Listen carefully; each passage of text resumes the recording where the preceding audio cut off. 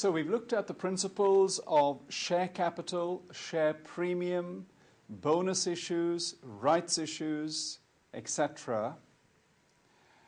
And earlier, of course, we looked at suspense accounts. Now, what I'd like to do next is to show you how these various skills can be put together. In other words, share capital, share premium, rights issues, suspense accounts, all in one question. So an exam standard question building in the four concepts in the one exercise. The question is called Llama and can be found at the end of the handout, right at the very end. A special question that I put together to demonstrate these points. So if you turn to that now, please, and let's have a read together. It says there, the trial balance of the above company as at 30th of September 2008 shows ordinary share capital, equity share capital, at 60,000 in 50-cent shares, with no share premium balance. Now, instinctively, immediately, we can work out the number of shares. If you have 60,000 share capital in half-dollar shares, clearly you have 120,000 shares. So that's the first point. So let's write that at the end of our first paragraph. Therefore, 120,000 shares. The next paragraph then. The suspense account balance of 24,000 in the trial balance at that date contains the corresponding credit entry. Might underline that. 24,000 is a credit item. Credit entry for the proceeds of a rights issue. Please underline rights issue of shares made on the 1st of July 2008, sometime during the year. The terms of the issue were 1 share for every 4 held at 80 cents per share. So let's say 1 for every 4 at 80 cents per share. Now, here's an important point. If our nominal or par value is 50 cents and the issue price of these rights issues is 80 cents, as we saw recently in the previous session, the 50 cents must not be violated. It must not be abused in any way, especially in the exam. The 50 cents is the maximum. That's a ceiling. Any excess above 50 cents must go to the share premium account. Never forget that.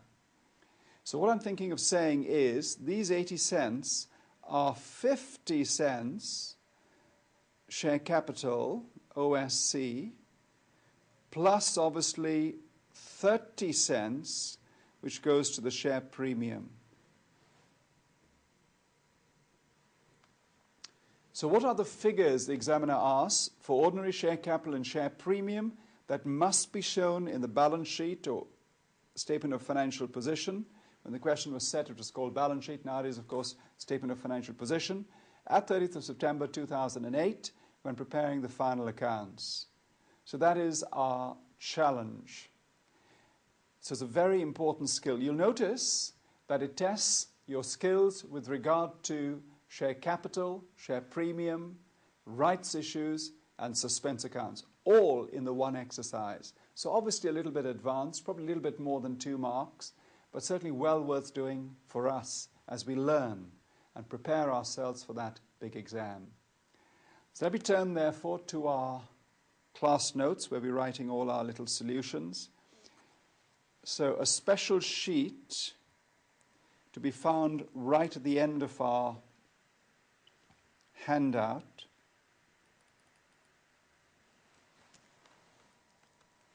So a question called Llama, and it covers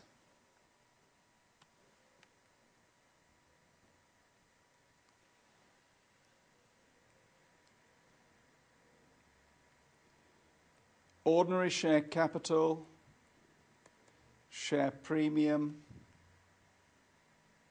rights issues, Remember, rights issues go to existing shareholders at below full price, but above free, and usually above the par value. But they go to existing shareholders only. Covers ordinary share capital, share premium, rights issues, and of course, suspense accounts, which we did a little while ago, a few sessions ago. So, let's read that question again. I'll leave that on the screen for a little while you read it through.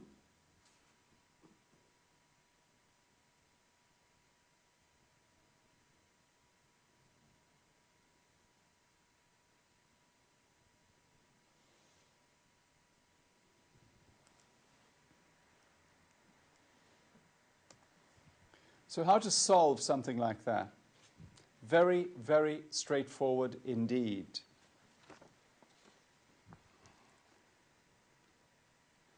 The first point, I suppose, is the suspense account in the trial balance is 24,000 credit, a credit of 24,000.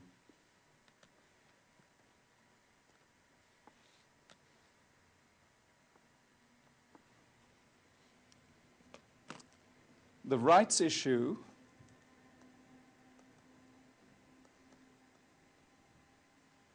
one for four held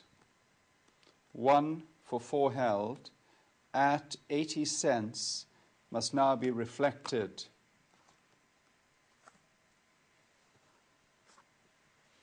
Now the question says that the bookkeeper, perhaps the inexperienced bookkeeper, isn't sure where to show the credit. The debit has obviously gone to bank account. That's all right. Isn't sure what to do with the credit, so has put the figure into the suspense account. Now, I wonder if we can check to see whether the 24,000 makes sense. Do you remember if we were saying the ordinary share capital equals 60,000 in 50-cent shares, there must be 120,000 actual shares in issue.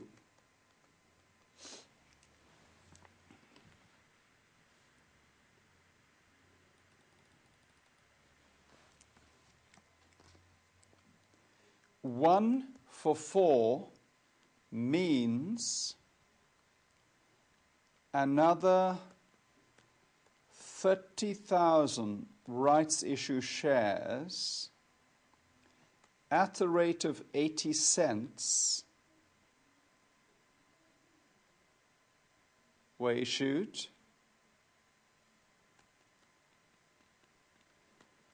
when par value is 50 cents. That remains the same throughout. It cannot change, not within the context of an accounting exam anyway.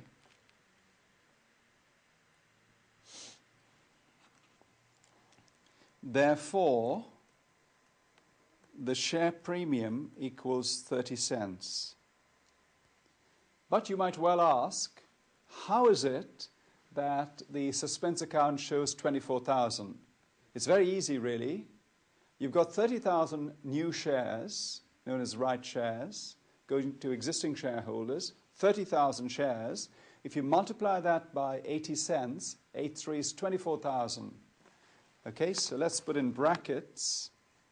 Why 24,000 proceeds in suspense account? The bookkeeper has debited cash or bank and credited suspense. And of course, the answer to that is you have 30,000 new shares multiplied by 80 cents, 8 threes, 24,000. And obviously that's the reason why the suspense is a credit. The debit, of course, went to cash. Now our task, if you remember, is to get rid of the suspense account, to make it zero if at all possible.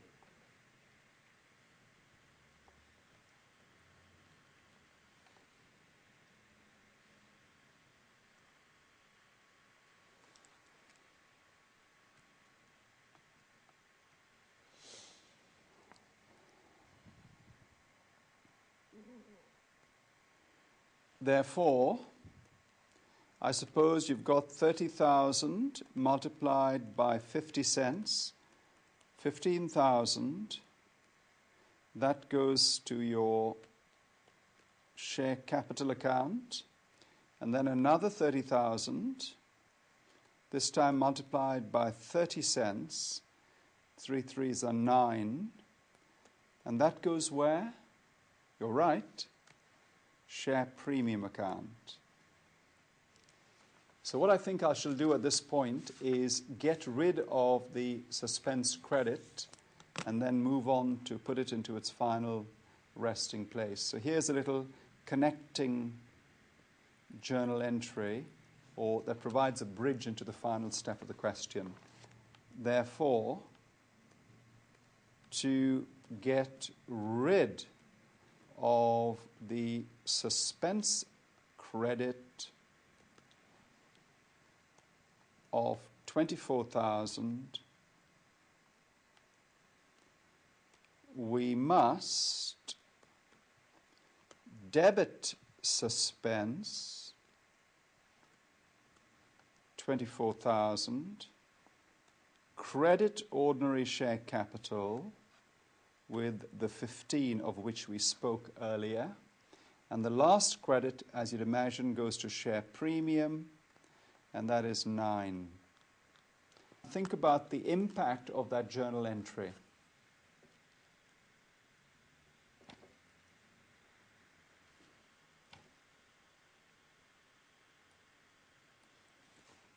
The suspense account was a credit.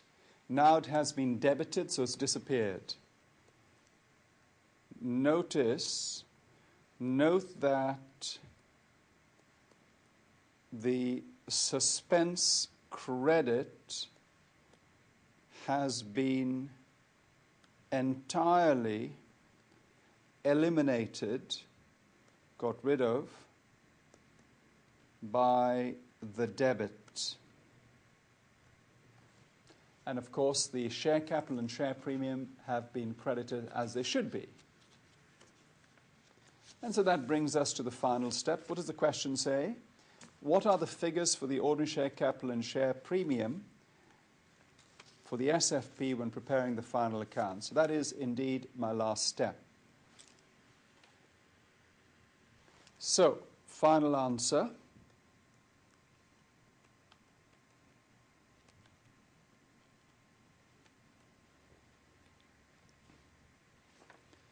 Dollar signs.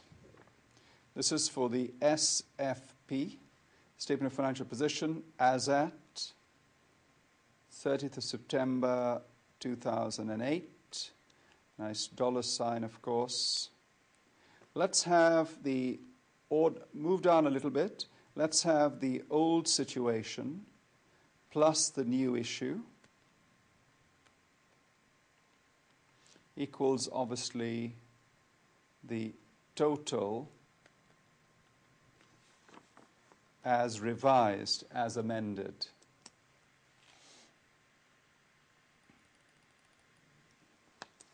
So we have the ordinary share capital, which stands at 60,000, the share premium, which was nothing. In fact, the question says that, confirms that in the early part of it, plus 15 plus 9. Remember through the journal entry, 60 plus 15 is 75, and 9, of course, is the share premium. And so putting it all together, we find ourselves with the grand totals here.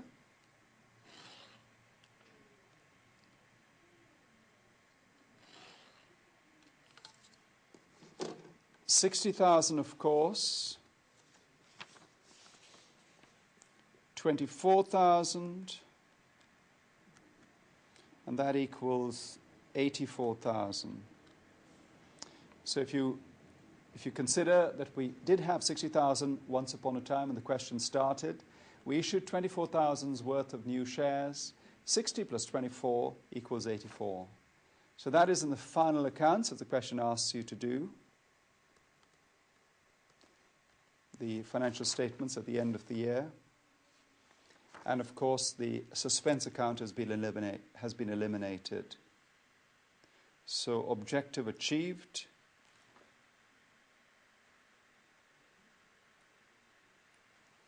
And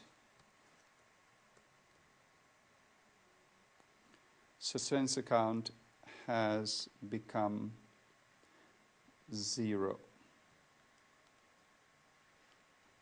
Eliminated.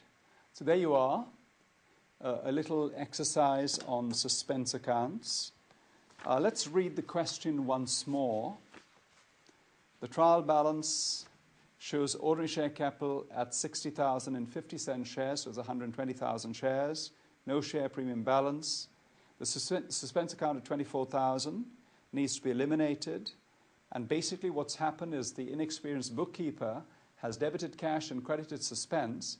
What you and I have to do is to debit suspense and credit where it should have been credited, the share capital and the share premium. And of course that'll have an impact on the totals of the share capital and share premium, as you would imagine, as at the year end. So that's the exercise dealing with suspense accounts. We come now to the last part of this limited company accounts topic, and in particular, if you'd kindly turn please to the big question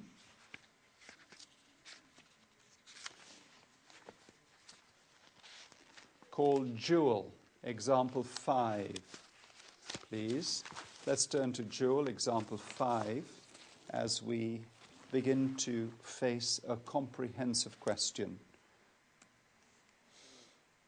It's called Jewel.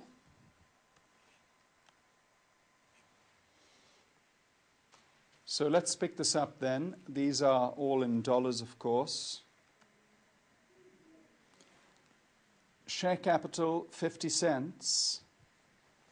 And obviously you've got $100,000. Before we even do all this, I wonder if I can take you to the last bit of the question where we consider the requirements. Prepare the statement of comprehensive income. So that's useful. So that'll be one page. The statement of changes in equity, another page. And of course, the balance sheet or statement of financial position, one page. And then workings on page 4. Now, clearly, if you're going to be doing the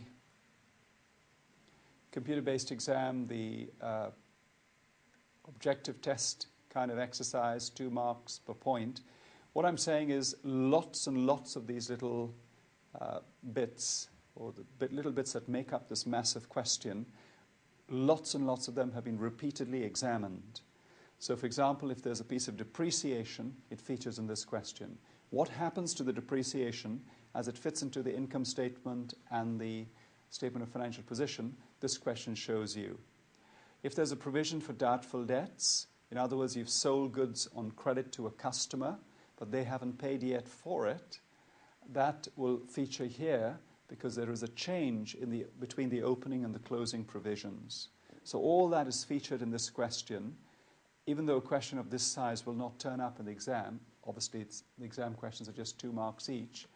But many of the skills that this question shows you, I would say all of them, are relevant to those little exercises you'll get in your exam. So let's actually do that. Let's open up our required accounts as we begin to take this question very seriously indeed. So come with me, please, to our section where we have our class notes, all our workings. Here we are. The question here is called Joule.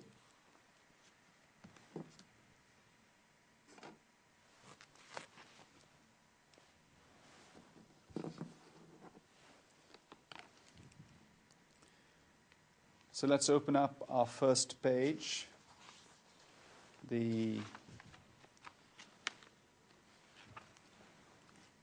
Statement of Comprehensive Income. So let's say Joule Limited. Statement of Comprehensive Income or income statement.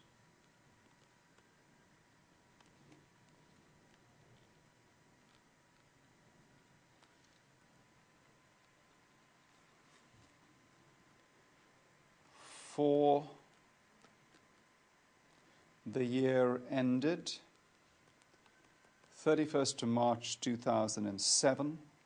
Say that's my first page, perhaps.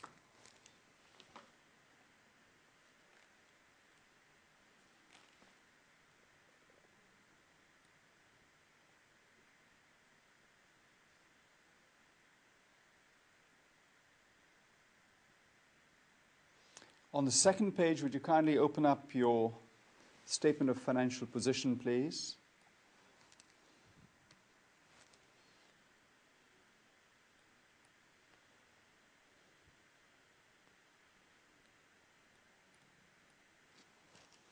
So here is our statement of financial position. So name of company, Joule.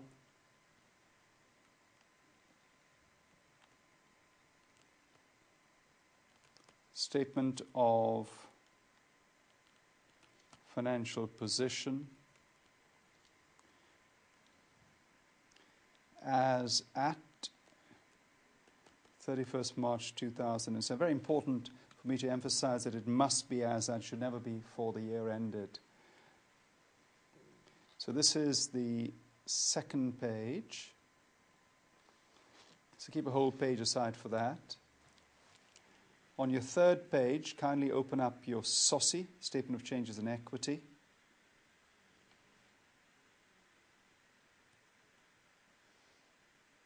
Would you kindly run ahead and do so, please?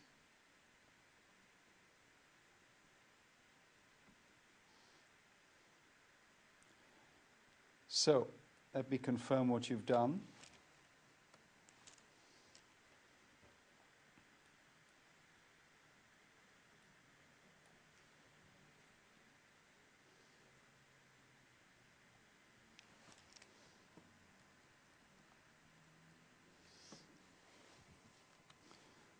Joule, Statement of Changes in Equity. It's usually for the year. So I'll say for the year ended 31st of March 2007. So that's my third page opened up. On my fourth page, I invite you for you to open up some workings, please. Would you do that?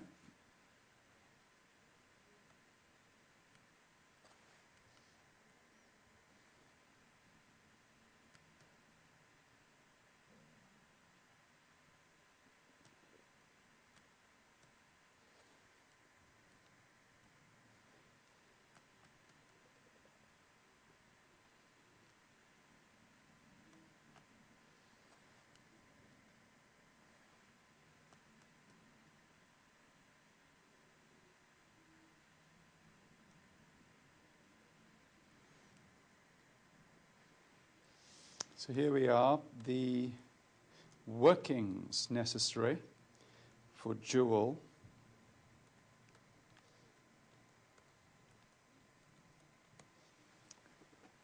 Now, what I need to do as well at this stage is to go back and have another read of the question to see if there's anything in there that we can benefit from.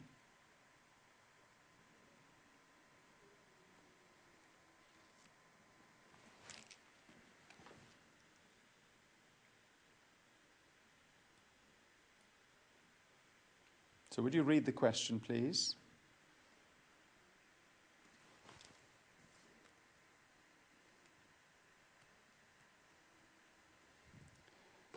It's a very comprehensive example, be warned. Share capital of 50 cents, so clearly if it's 50 cents, it must be 200,000 shares. So I'm going to say 200,000 shares because of the 50 cents. The 6% $1 preference shares implies obviously there are 50,000 shares, but the 6% indicates a preference dividend of 3,000. So I'm going to say pref div appears to be 3,000, which is of course 6% of 50,000. Now, lower down the page, they might sometimes indicate what the preference dividend paid has been. I can't see anything, so I must be a little bit careful with that. Now, there's a little company law rule, which at this stage is general knowledge, but if you're doing F4, obviously it's very important, and that is, by definition, because it's preference dividend, you cannot pay any ordinary dividend without first clearing all your preference dividends. So in this case, we must provide for the preference dividend even if it hasn't been paid.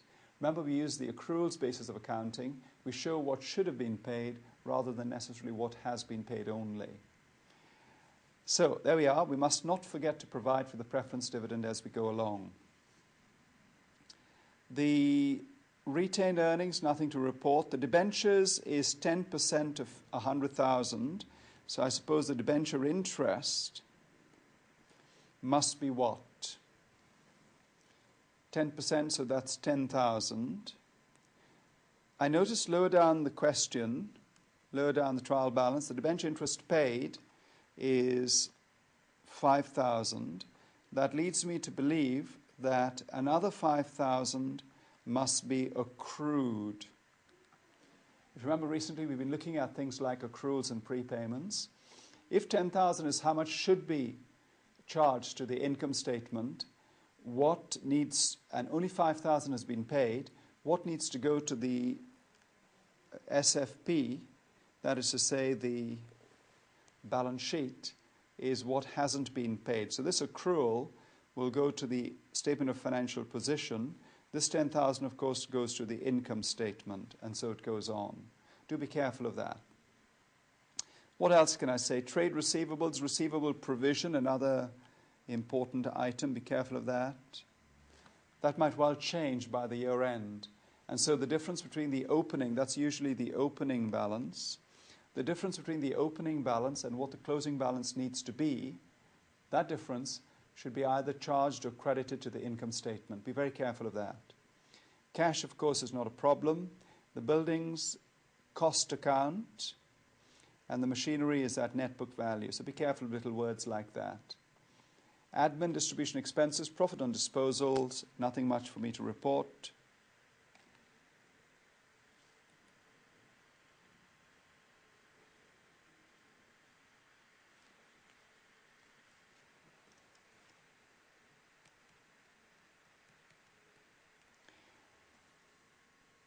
Profit on disposals, purchases, revenue.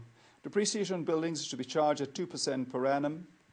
So what I need to do is to charge 2% on the cost of the building as it stands. So have a little read of notes 1 through to 6. When you're ready, I'll take you into these workings.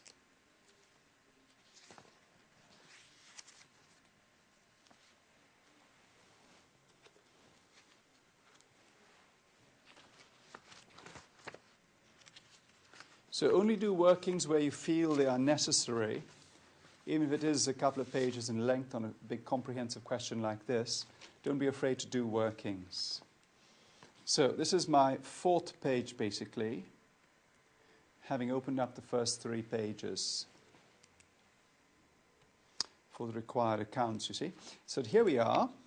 Very, very easy indeed. As per question, notes 1, 2, 3. The first one, of course, is depreciation. We have nice dollar signs there. Now, the depreciation appears to be 2% on the buildings, BLD like that, of 150, and so that's 3,000. There was no accumulated depreciation from earlier years, which is a bit unusual, but that's what it says. So no accumulated depreciation from previous years.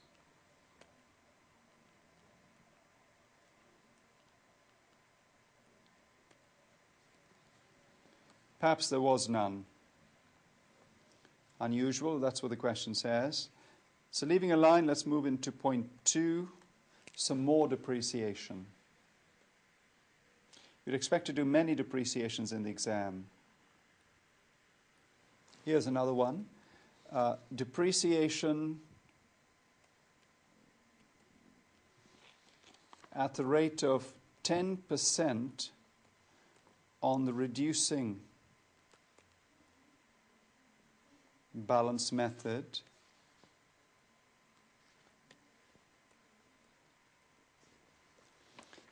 That is to say, obviously on plant and machinery, but the net book value is what we're talking about. Reducing balance is always based on net book value. That net book value in this particular question in the trial balance is 422,987. And so that answers 42,299. All very straightforward indeed. So let's go back and see what we've done. The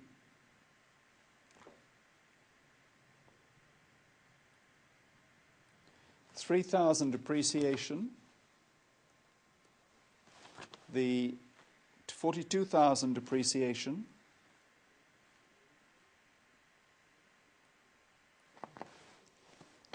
gives us a few easy marks. So what else is there in this question? The 2 notes have been dealt with. So don't do journal entries for everything, only where you feel it's necessary, where it's a bit complicated. So point number 3, I'm just going to put a cross besides that. Closing inventory, I'll just deal with it in due course as part of cost of sales, not a problem. A provision of 5% of receivables is to be maintained. Now that's quite advanced, that point. You might recall in one of our earlier sessions, we went through things like irrecoverable or bad debts and provisions for doubtful debts. So that's the principle we're going to be using here. The trade receivable stands at 45,987, but of course some of that could be bad. So we make a provision in respect of these receivables in case we feel it might not be actually received. The opening balance we were saying is 5,987. It's about a third of the way down the credit side of the trial balance.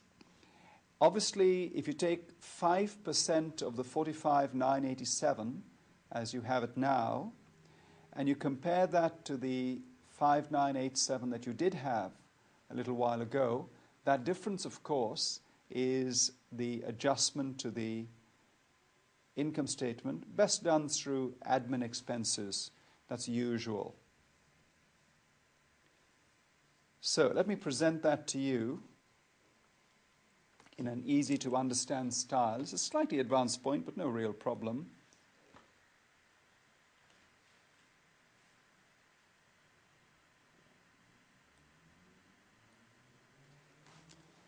So here we are, point 4,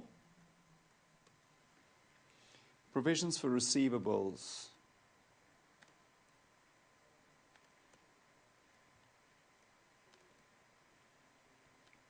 Receivables provision, a little account.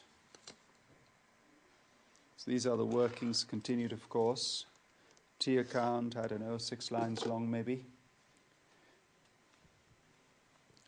Now the balance per the trial balance, let me say that these are debits and these are credits.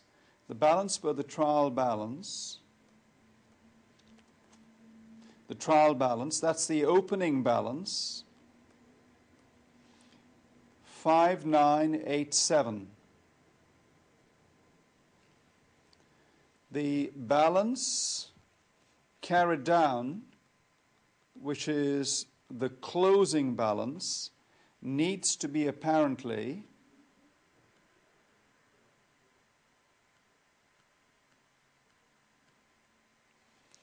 %5 multiplied by 45,987, which is 2299. And so the difference between the two sides, which I would now like to work out with your help,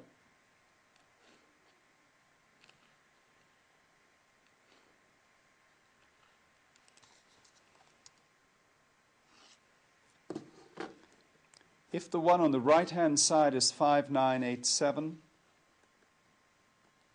the one on the left-hand side is now 5987. You put the heavier side on the lighter side, as we've been doing all along.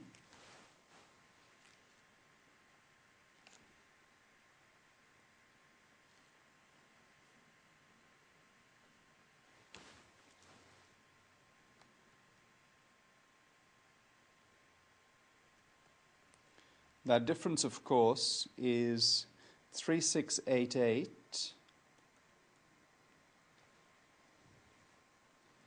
and that is to be debited to this provision account, debited to the provision account, and of course credited to the income statement.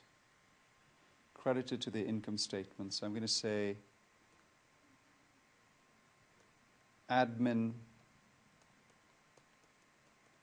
expenses. Admin expenses 3688 is therefore the balancing figure. And so we go along to the next challenge.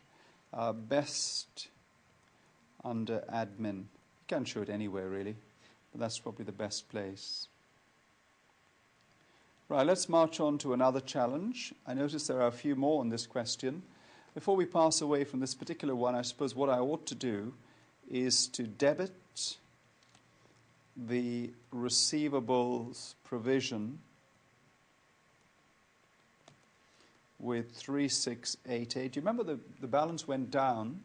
The opening balance was 5987, and the closing balance needs to be only 2299. So 3688, of course, is the debit to the receivable provision you need to make, and then you credit income statement with 3688.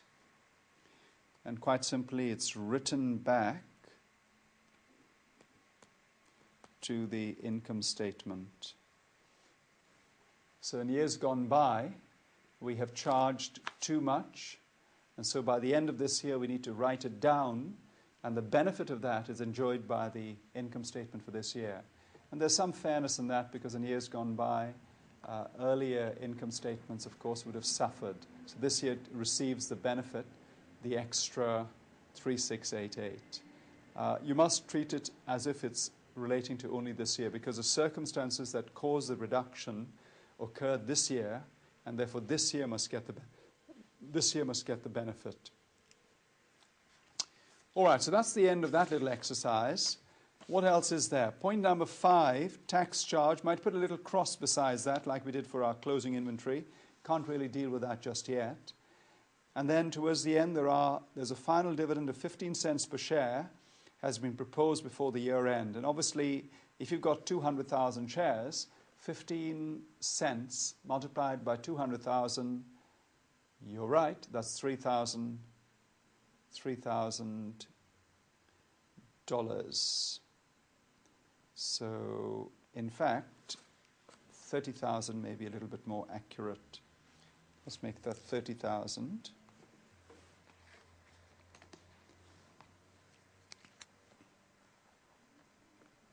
Be careful of your zeros.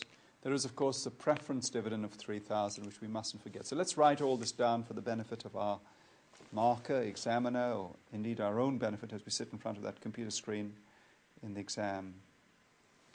So here we are. The workings continued to Jewel. Point number 6. Final proposed ordinary dividend, let's assume they are ordinary shares, 15 cents multiplied by 200,000 odd shares, odds or ordinary shares, comes to 30,000. And that is shown in the SOCI. So I'll just say in brackets, shown in the SOCIE. And of course, current liabilities in the SFP. So clearly this is never in the income statement, the SOCI.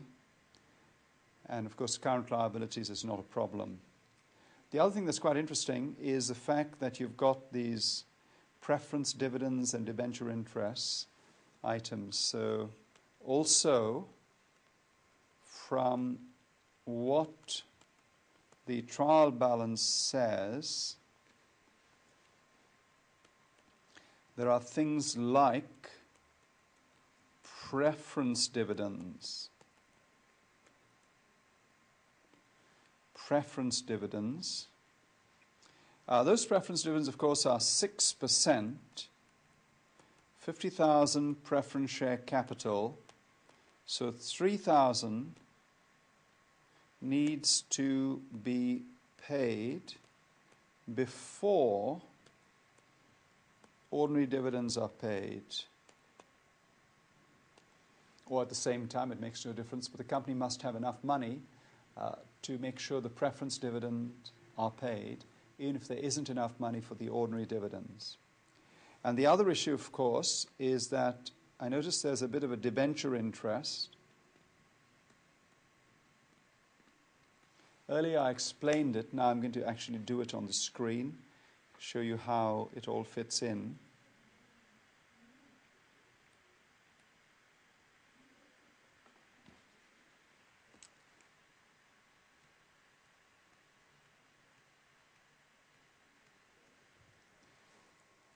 So here we are.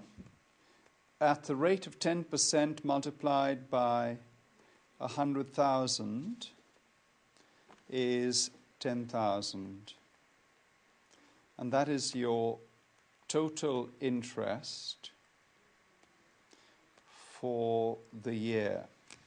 Now, if 5,000 has been paid, so if I divide it up into two lots,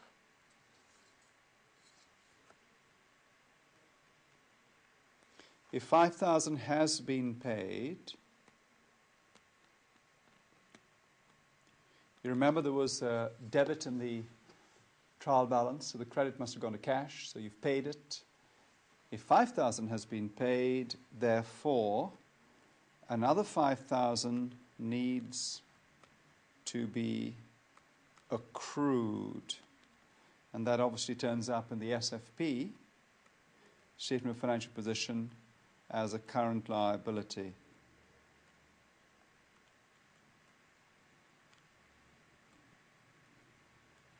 Very, very straightforward indeed. Otherwise, I do believe we've come to the end of our various adjustments. What we need to do next, of course, is first review the adjustments and then, of course, attack the main answer. So let me take the liberty of running through these adjustments with you. The adjustments are where the marks are large, heavy reward for a person who can do these adjustments. So let's actually try some out. Depreciation 2%. If in doubt, you assume it's straight line.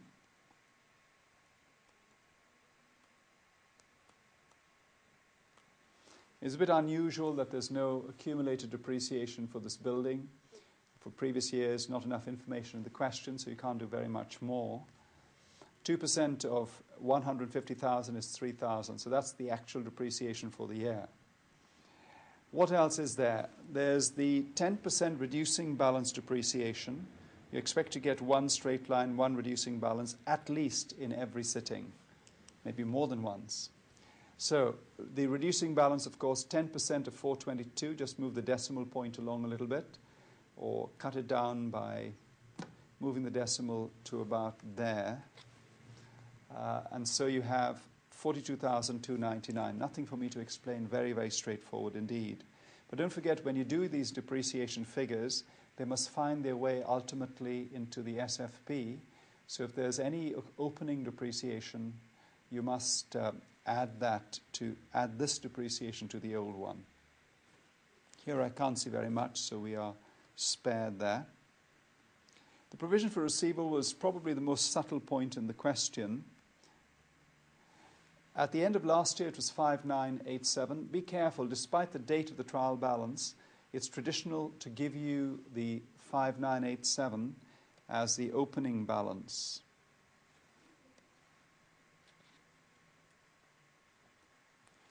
The balance carried down, the closing balance is 2299. As you worked out, of course, the 5% is given by the question, and so the difference between the two is 3688. Interesting to think of the journal entry that one needs to do here. I've debited receivables because, of course, provisions are credits usually. So if you debit it, you're reducing the provision. And, of course, you credit the income statement because that's where the charge was made in years gone by. So you're compensating for the previous overcharge, written back to the income statement. And so we move on to the workings. The last step of the workings. The workings, of course, for proposed ordinary dividend.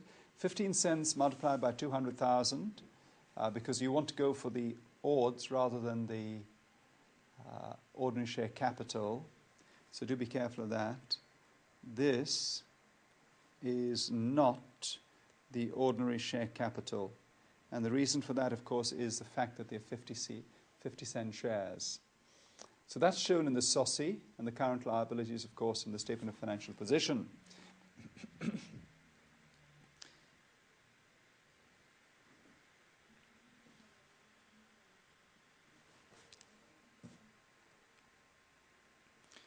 So what the trial balance says, of course, is that there are some preference dividends not yet recorded.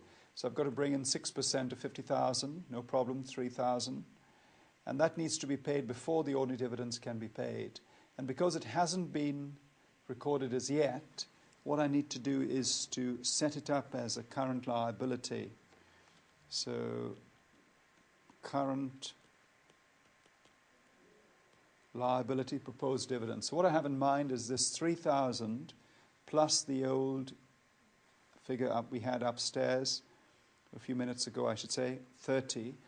30 plus 3, of course, is 33. That's the current liability. Similarly, debenture interest, there's another current liability of 5,000. So plenty of current liabilities, easily missed if you don't check the trial balance. So don't just look at the adjustments to the trial balance, below the trial balance, that is. You must go back to the trial balance itself and check out for things like debenture interest and preference dividends. Those will be very subtle. The preference dividend must be paid in law before the ordinary, so whether it's paid or not, you must provide for it. The debentures, similarly, if anything, debentures should be paid before the preference dividend because they are secured and, of course, they don't own the company. So you must make sure the debenture interests are fully paid, the preference share dividend is fully paid, and only then does the ordinary share participate. Some very, very important principles. Right, so that's the end of our workings. What I need to do next, I suppose, is set up our income statement as best we can.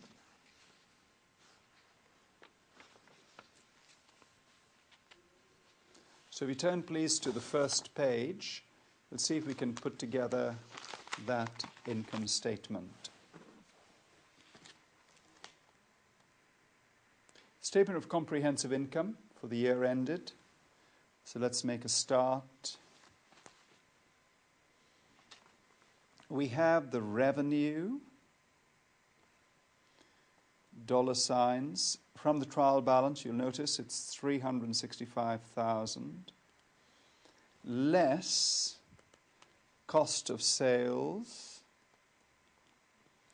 either special separate working or on the face, whatever style you like.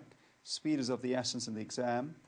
So there is a 32,000 opening inventory. To that we'll add 69,666, which is obviously the purchases, minus 28,990, which is the closing inventory. You will recall the closing inventory was an adjustment, point number 3, in the trial balance, or shall we say on the trial balance page, just below the trial balance, point number 3. Do have a look at that. So this comes to 72,676. So that's 292, 324, the difference.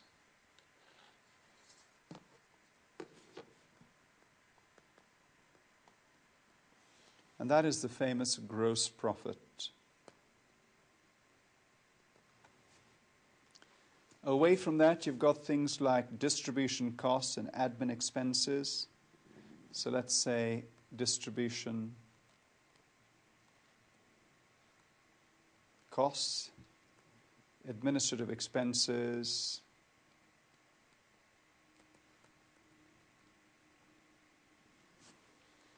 the distribution looks pretty straightforward at 49,000, and then you have, so I'll put that under distribution, beg your pardon, put that in under distribution, 49,000. Then you've got your administrative expenses, trial balance 48,000, plus 3,000 buildings depreciation, plus a rather large 42,299 plant depreciation, DEPN is depreciation, just an abbreviation, minus 3688. You remember the receivables provision, the receivable provision written back,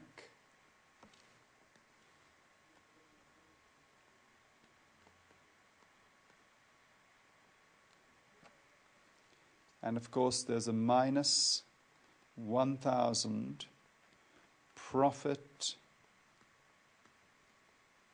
on disposal. Clearly, if you feel that's a bit untidy, you can do that by way of a special working. But given the fact that you're probably going to be doing a computer-based exam, speed is of the essence, so a big bracketed item like that should be absolutely fine. Do be careful, it is a minus. Don't worry too much about the answer at the back. The final figure here is 88,611, which when deducted from your profit from operations or deducted from your running total should be your profit from operations. So here we are. Profit from operations is the figure of 154,713. Then you deduct from that your finance costs. The finance costs, of course, 5,000 paid plus 5,000 accrued.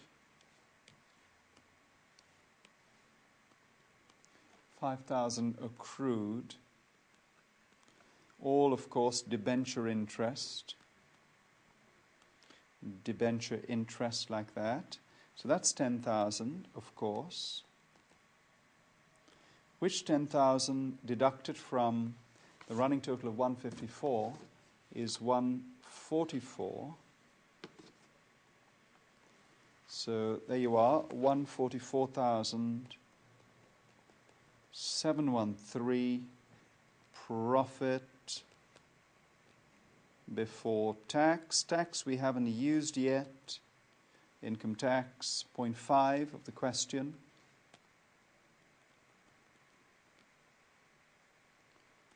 below the trial balance, and that is a figure of 25,000, so that we have a closing figure 119,713, profit after tax for financial year.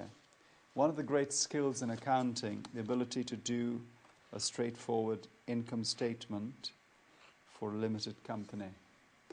So that's the style of approach. You bring in items either from your trial balance or from your workings, and you put down as many adjustments explaining everything you can, so the marker can pick up your thought process. So many of these things come straight from the trial balance, though the bigger marked items come from the workings and the trial balance, of course.